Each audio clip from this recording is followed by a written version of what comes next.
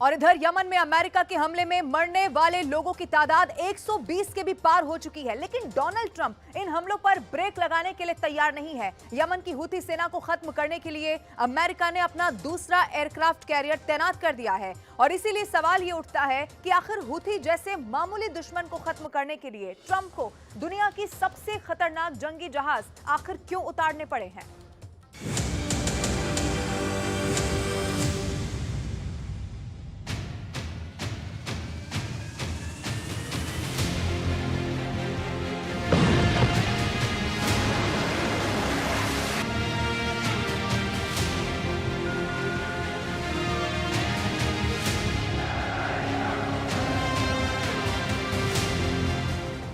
Yemen में Houthi को रोकने की हर कोशिश नाकाम हो चुकी है।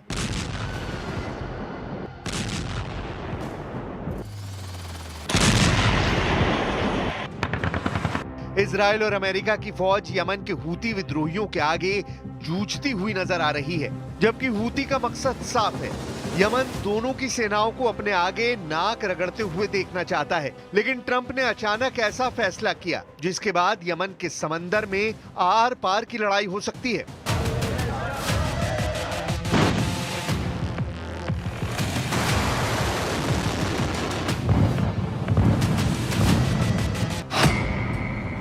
अमेरिका ने यमन के समंदर में अब दूसरा एयरक्राफ्ट कैरियर उतार दिया है, यानी हूती का शिकार करेंगे अमेरिका के दो बैटल ग्रुप।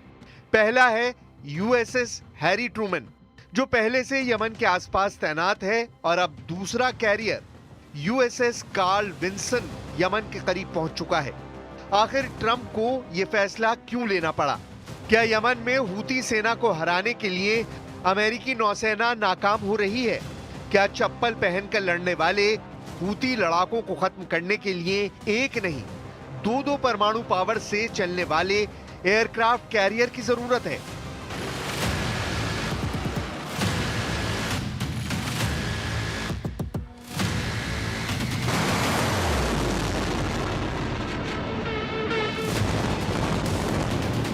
दो विमान वाहक पोत कितनी बड़ी ताकत कहे जाएंगे? दो एयरक्राफ्ट कैरियर को तैनात करना क्या वर्ल्ड वॉर लड़ने की तैयारी मानी जाएगी? हूती को ईरान से मदद मिलती रही है, तो इजराइल के साथ अमेरिका लगातार खड़ा रहा है। अरबों डॉलर के हथियार लगातार अमेरिका से इजराइल पहुंच रहे हैं। अब सवाल है कि हूती को कंट्रोल करने के लिए डोनाल्ड ट्रंप ने दो एयरक्राफ्ट कैरियर क्यों लॉन्च कर दिए हैं?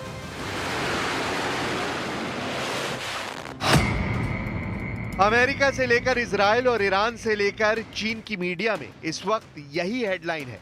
अमेरिका के दो ऐसे एयरक्राफ्ट कैरियर जो एक साथ मिलकर किसी भी देश को धूल में मिला सकते हैं, वो यमन के हूती को कुचलने के लिए क्यों भेजे गए हैं? ग्लोबल मीडिया में यही सवाल है। क्या अमेरिका यमन में फेल हो रहा है या फिर वो फेल हो चुका है?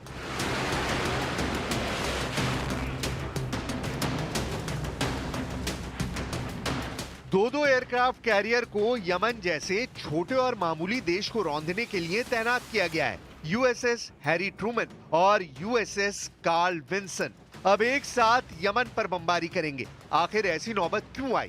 तो इसका जवाब है हूती की मिसाइल पावर, जो लगातार इजराइल को टारगेट बना रही है। हूती इसमें कितना कामयाब हो रहा है, उसके दावों पर सवाल जरूर उठते हैं, लेकिन यह भी सच है कि अमेरिका और इजराइल जैसी पावर पर अब हूती का खौफ सिर चढ़कर बोल रहा है।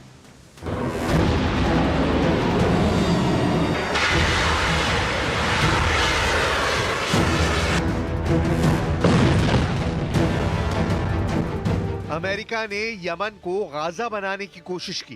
ट्रंप चाहते हैं कि वो इस युद्ध को कंट्रोल करें और ईरान के इस साथी मिलिशिया की ताकत को चकनाचूर कर दें। इसलिए डोनाल्ड ट्रंप ने यमन पर हुए हमलों का ऑपरेशन खुद भी देखा है और ये बताने की कोशिश की है कि वो यमन को बहुत गंभीरता से ले रहे हैं।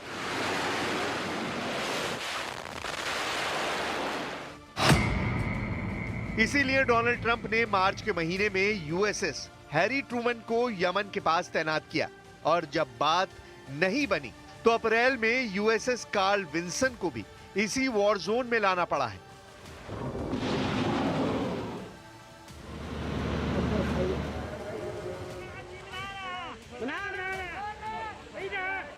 ये बात डोनाल्ड ट्रंप को उनके अफसर लगातार बता रहे हैं कि अगर यमन के बाद ईरान से भी युद्ध की नौबत आए तो बड़ी मुश्किल खड़ी हो जाएगी। यमन को रोकने के लिए अमेरिका ने जो बड़े हथियार तैनात किए हैं उनमें ऐसे वेपन सिस्टम शामिल हैं जो नई नई टेक्नोलॉजी को तैयार करके बनाए हैं। लेकिन यमन पर लगातार हमलों के साथ अमेरिका के विकल्प अब जैसे खत्म होते जा रहे हैं। अमेरिका ने अपने 3 बड़े हथियार पश्चिम एशिया को कंट्रोल करने के लिए तैनात किए हैं। इनमें सबसे खास है B-2 बम वर्षक विमान। ये स्टेल्थ बम वर्षक यमन और ईरान पर हमले के लिए डिएगो गार्सिया से ऑपरेट कर रहे हैं। दूसरे नंबर पर है अमेरिका का आधुनिक मिसाइल डिफेंस सिस्टम थार्ड और पेट्रियट, जो इजराइल को यमन और ईरान के मिसाइल से बचाने के लिए तैनात किए गए हैं। तीसरे नंबर पर हैं अमेरिका के 2 एयरक्राफ्ट कैरियर, जो यमन और ईरान को घेरने के लिए तैनात किए गए हैं।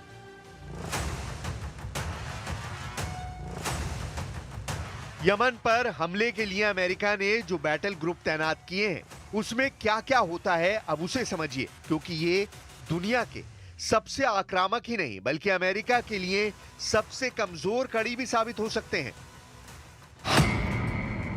एक बैटल ग्रुप में एक बड़ा सुपर कैरियर होता है जो 1 लाख टन का डिस्प्लेसमेंट पैदा करता है। इसमें 90 लड़ाकू विमान और हेलीकॉप्टर तैनात रहते हैं। इसमें तिकोन देरोगा क्लास का मिसाइल क्रूजर होता है। इसमें आर्लेक बर्क क्लास के 4 मिसाइल डिस्ट्रॉयर होते हैं। ऐसे बेड़े के साथ रसद के लिए सप्लाई शिप भी रहते हैं। साथ में पानी के अंदर दुश्मन को रोकने के लिए एक परमाणु पनडुब्बी भी रहती है। लेकिन ये बड़ी ताकत ट्रंप की बड़ी कमजोरी भी बन सकते हैं। अगर यमन ऐसे बैटल ग्रुप पर मिसाइल हमले जारी रखता है तो ट्रंप की कुर्सी तक हिल सकती है। हूती लड़ाके बार बार ये दावा कर रहे हैं कि वो अमेरिकी नौसेना के जहाजों को टारगेट कर रहे हैं। हालांकि उनकी कितनी मिसाइल अमेरिका के वॉरशिप से टकराई इसकी पुष्टि किसी ने नहीं की है। अमेरिका का दावा रहा है कि उसके जंगी जहाजों की तरफ आने वाला हर मिसाइल और ड्रोन को रास्ते में ही मार गिराया गया है। लेकिन किसी दिन ट्रंप का दिन खराब निकला और हूती की एंटी शिप मिसाइल कामयाब रही तो एक एयरक्राफ्ट कैरियर डूबने से 6000 नौसैनिकों की जान खतरे में पड़ जाएगी। अगर हूती 2 एयरक्राफ्ट कैरियर पर हमले में कामयाब रहे तो 12000 नौसैनिकों पर मौत मंडराने लगेगी। क्या यमन से युद्ध में 12000 सैनिकों की जान की बाजी लगाएंगे ट्रंप? देखा जाए तो अमेरिका ये बाजी लगा चुका है। मार्च में जब अमेरिका की सेंट्रल कमांड ने यूएसएस हैरी ट्रूमन को पश्चिम एशिया में तैनात किया, तब देखिए इसने कैसे ऑपरेशन किया। पहला jet F-18 Super Hornet take off करता है। दूसरा जेट भी हमले के लिए उड़ान भरता है। फिर हथियारों से लैस तीसरा जेट भी रफ्तार भरता है। चौथा जेट भी 300 फीट लंबे रनवे से उड़ान भरता है। 5वां जेट भी इसी रफ्तार से आसमान की तरफ बढ़ता है। छठे जेट की स्पीड और भी तेज, इसका टारगेट भी यमन है। फिर करीब से 7वें सुपर हॉर्नेट का टेक ऑफ। 8वां जेट भी इसी अंदाज में ऑपरेशन शुरू करता है। 9वें और 10वें जेट का वीडियो सामने से रिकॉर्ड किया गया है। ये समंदर में ऐसा ऑपरेशन है जिसमें अमेरिका को महारत हासिल है। ऐसे सुपर कैरियर्स के साथ वो वियतनाम से लेकर इराक और अफगानिस्तान के बाद यमन को मिट्टी में मिलाने के लिए तैयार है। सवाल है कि क्या वो इसमें कामयाब हो रहा है या फिर अमेरिका एक बड़े ट्रैप में फंस चुका है।